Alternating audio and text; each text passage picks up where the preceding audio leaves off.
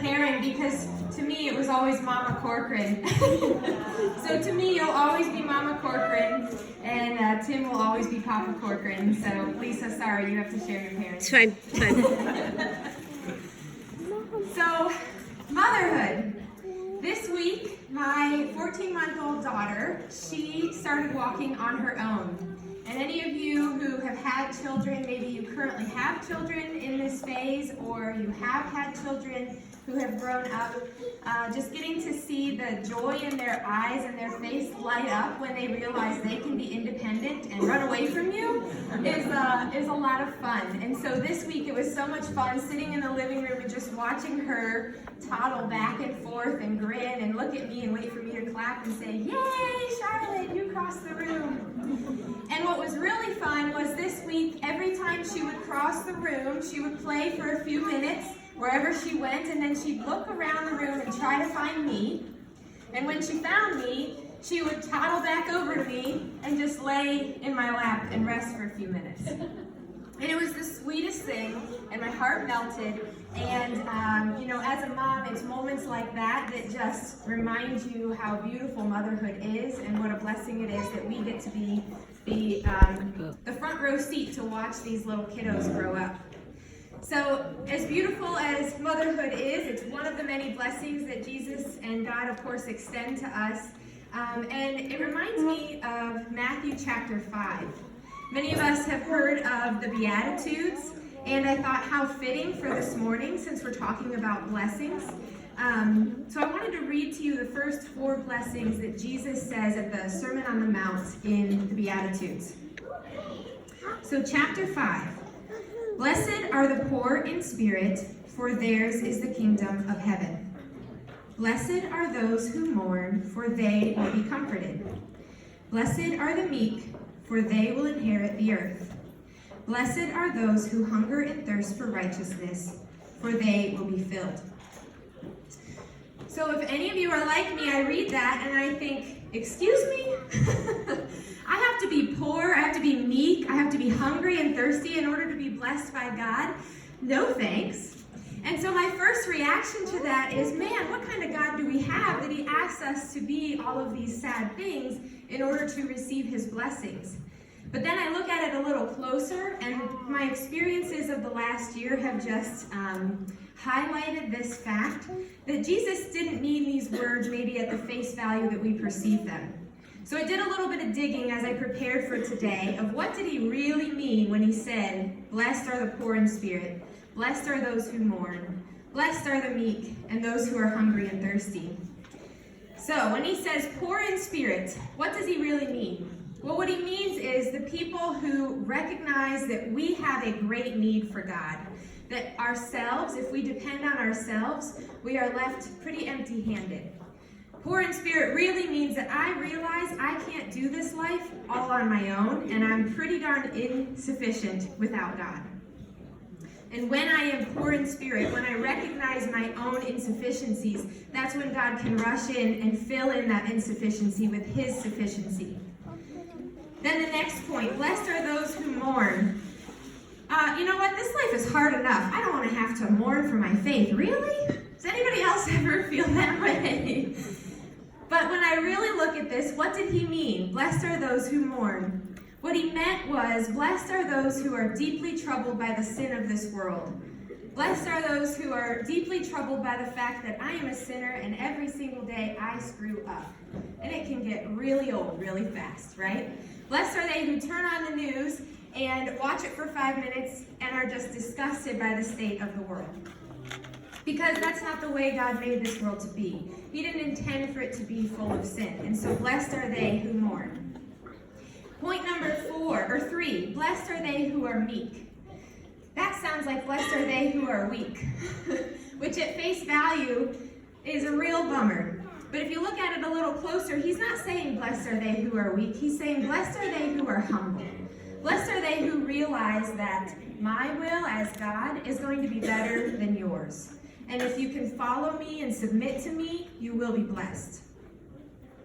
Blessed are they who are hungry and thirsty for righteousness. I love this one. What he's really saying here is blessed are they who passionately long for God to fill that hole that is in every single one one of our souls. We all have that hole, and we all can fill it in a lot of ways. But unfortunately, or fortunately actually, the only way we can really fill it to be fully fulfilled is with God. And that's what God's saying in the Beatitudes. So, Jesus' blessings, they are a beautiful thing. And along with the blessings come hardship in this world, just like motherhood. So going back to my daughter who learned how to walk this week, unfortunately, the reason she wanted snuggles from me was not just because she's a sweet girl, which she is sweet, but she wanted snuggles from me because she was very sick and she didn't feel good. So motherhood is, of course, filled with many, many blessings, but it's also filled with a lot of hardship, and all of you in this room know that.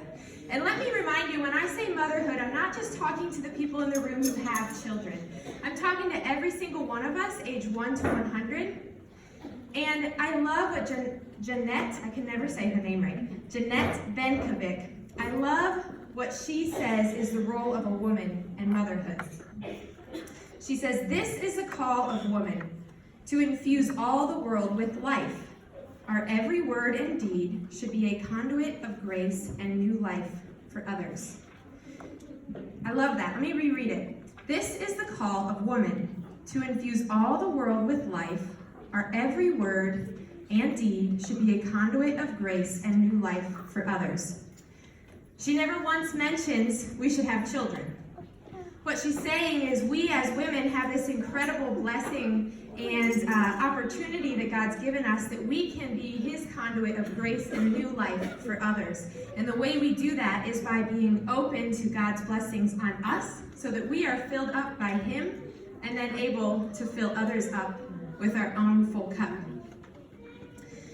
So going back to my daughter Charlotte, her snuggles, she wasn't just sick with the flu or RSV, which would be horrible, or something more typical.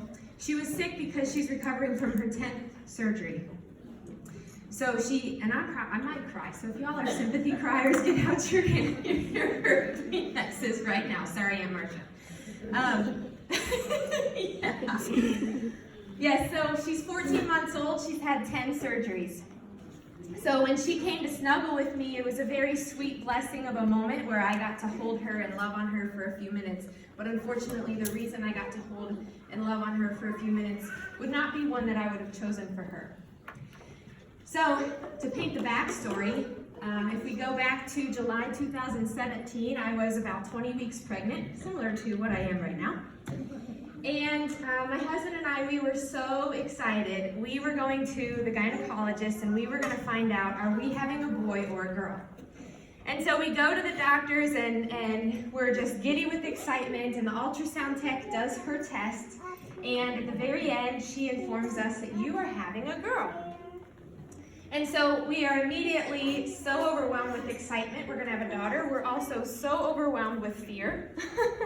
Just fear-stricken of, oh my goodness, how are we going to be able to raise a daughter to truly be, the way God has asked us to raise this little girl. So the ultrasound tech finishes up her test.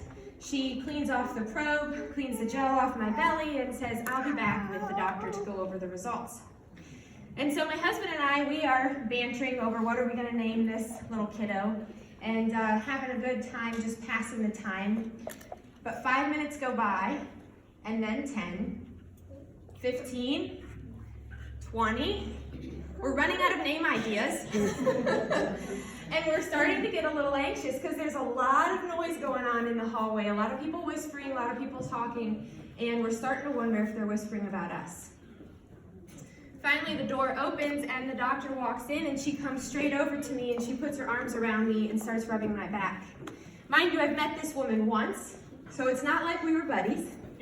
And so I'm instantly alarmed. And so to diffuse the situation, I start making lighthearted, comments of, oh man, she had 10 fingers and 10 toes on the ultrasound. Isn't her nose so cute? She's a girl. And the doctor obliges me for a few minutes, and then she says, Emily, I hate to tell you this, but as beautiful as your daughter is, she has many malformations. And you can imagine being on the highest of highs and the lowest of lows within seconds.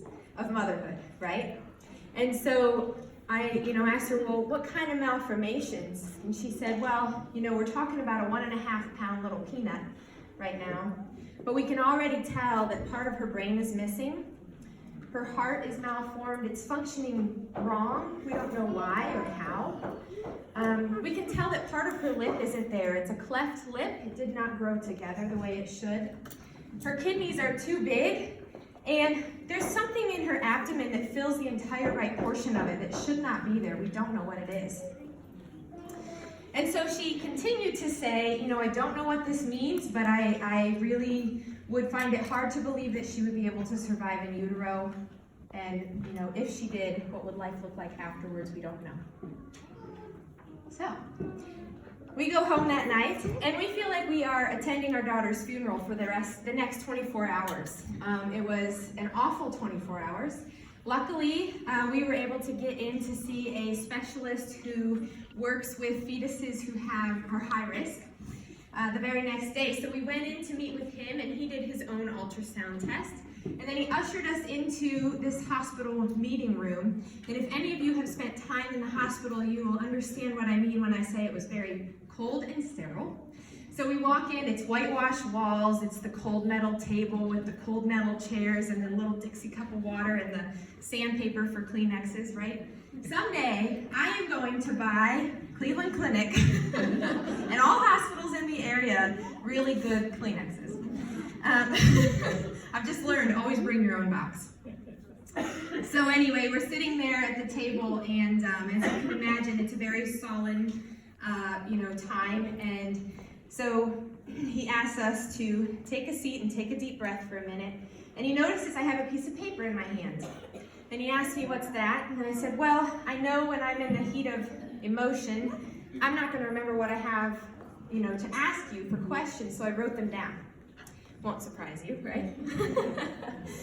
So he asked me to pass that piece of paper over to him, and he starts going through the questions one at a time to answer them. Bless his heart, because question number 1 was, when do you think she'll pass? Question number 2 was, when she passes, do we get her body? Question 3, when we get her body, do we have a funeral for a baby that didn't go full term? Question 4, should we name her still? We were clearly at a loss of how to handle this whole situation. He answered every single question very patiently, and then he slowly pushed that paper back towards me, and he kind of stared off in space, looking at that whitewashed wall for a few minutes as if he was trying to collect his thoughts. And then he looked right back at my husband and I, and he said, now, Emily and Dan, I have focused or helped you work through what it would look like if we lost this child. We've talked about your daughter's death. However, the child I saw today in the ultrasound, she's very much alive. And she's kicking and she's flipping, and I could barely keep up with her for my test. And he said, so what will tomorrow bring? I don't know. Unfortunately, I can't give you answers. But what I do know is she's very much alive today. So let's focus on her life. I've never had more life-giving words spoken to me before. I'll tell you, I have no idea what faith he is. I don't know if he believes in God, but he made my faith in God soar that day. Because he helped me stop focusing on what might be and focus on what I have been given right now. So with that in mind, if everybody can hold up one hand and ball it into a fist. So think about the one thing you want the most. For me at that moment, it was for my baby to live. It was for my baby to survive, for me to be able to hold her even for a few minutes, for her to be alive. So think about that one thing. It could be that crazy extreme, or it could be as simple as you want a snow day tomorrow. Or not tomorrow, Monday. That one thing that you have on your heart that you've been praying fervently for, or maybe you haven't turned to God yet about it, but it's been on your heart. It could be something, like maybe you want your relationship with your significant other to get better. Maybe you want your children to make really good decisions in their life. Or again, maybe you want a snow day. So thinking about that, as we cling to that hope, just like I was clinging to that baby in that life, it's really hard for God to pour into that, isn't it? Imagine him trying to pour his blessing into your closed fist, but it just bounces right off because your fist is closed.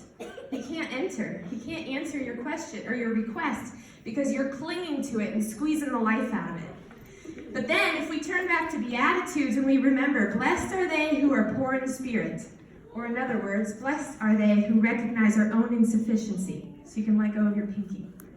I'm insufficient to handle this by myself, but I know God can. Blessed are they who mourn. Or in other words, blessed are they who recognize that the sin of this world is not what we were meant for, and we're deeply troubled by it. So you know what? I can't fix this, and I don't like it, so God, please take this. Blessed are they who are meek. Again, blessed are they who are humble. Blessed are they who submit to God's will and accept his will over our own. You know what, God, I really don't like this. Why did you give me a child that was sick? I don't know.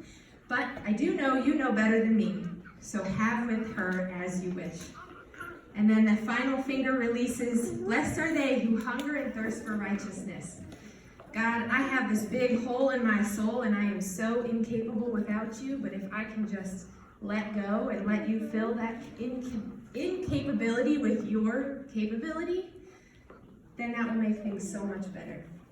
And that doctor that day, whether he knew it or not, he told me to release every single finger and open my hand up so that that gift God had given me, that he had placed in my palm, that beautiful little life he gave me that was kicking and flipping, God had it under control. And if I could let go of the control that I thought I could have by squeezing onto it, he could pour his blessings into my hands and into my life.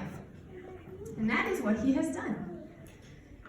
So as we release our desire to control, as we release our tendency, or at least heaven knows I tend to think that I got this on my own, I'm independent, I'm a strong woman, I'm not meek, I don't mourn, I'm not mild, I'm not hungry, I'm not thirsty. God reminds me, oh yes you are, sister.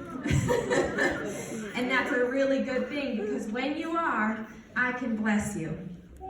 So going back to Jeanette's quote where she says we as women have the calling to be a conduit of grace and new life for others.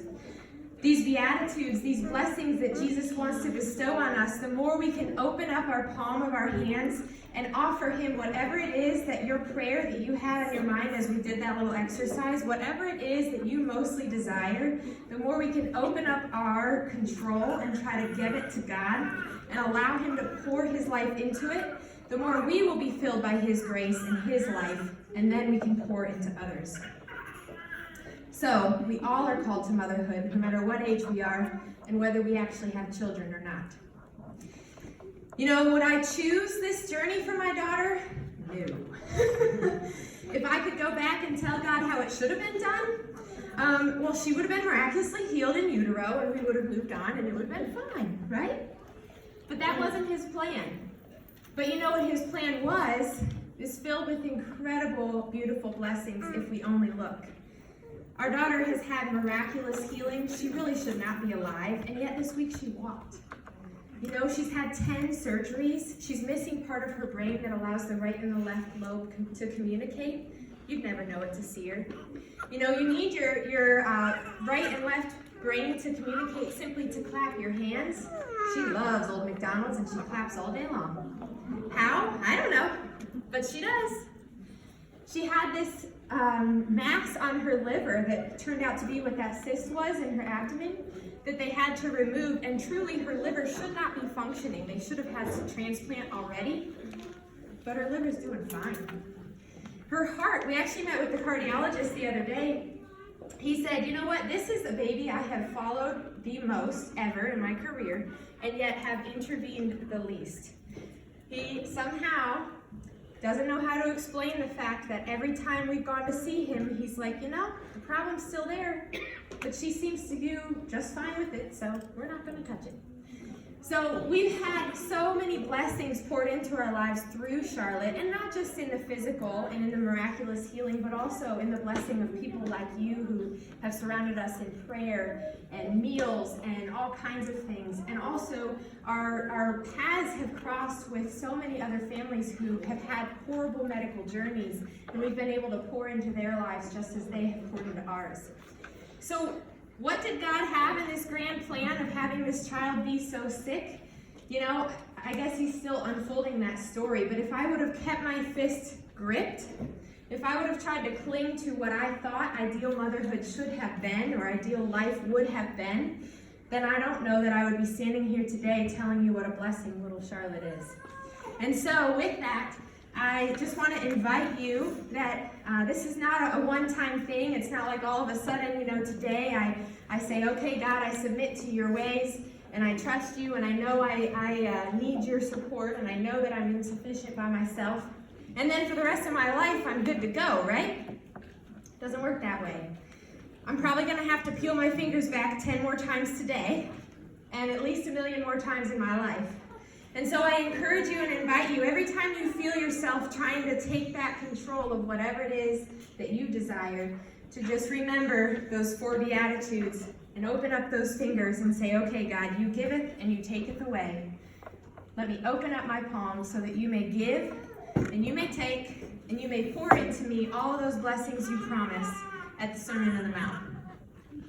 So with that, let's just say a quick prayer. God, thank you so much for bringing us together today. Thank you for all these beautiful women and for calling us to the incredible journey of motherhood where we get to be a conduit of life and grace and your blessings to others. But first, let us remember that in order to bless others, we first must be open to your blessings. Let us humble ourselves and remember our complete insufficiency with you and what a wonderful thing that is, because you are enough to fill the holes in our souls. Lord, thank you for each and every one of these women, and please bless their journeys as they peel their fingers back and allow you to pour into them. Amen.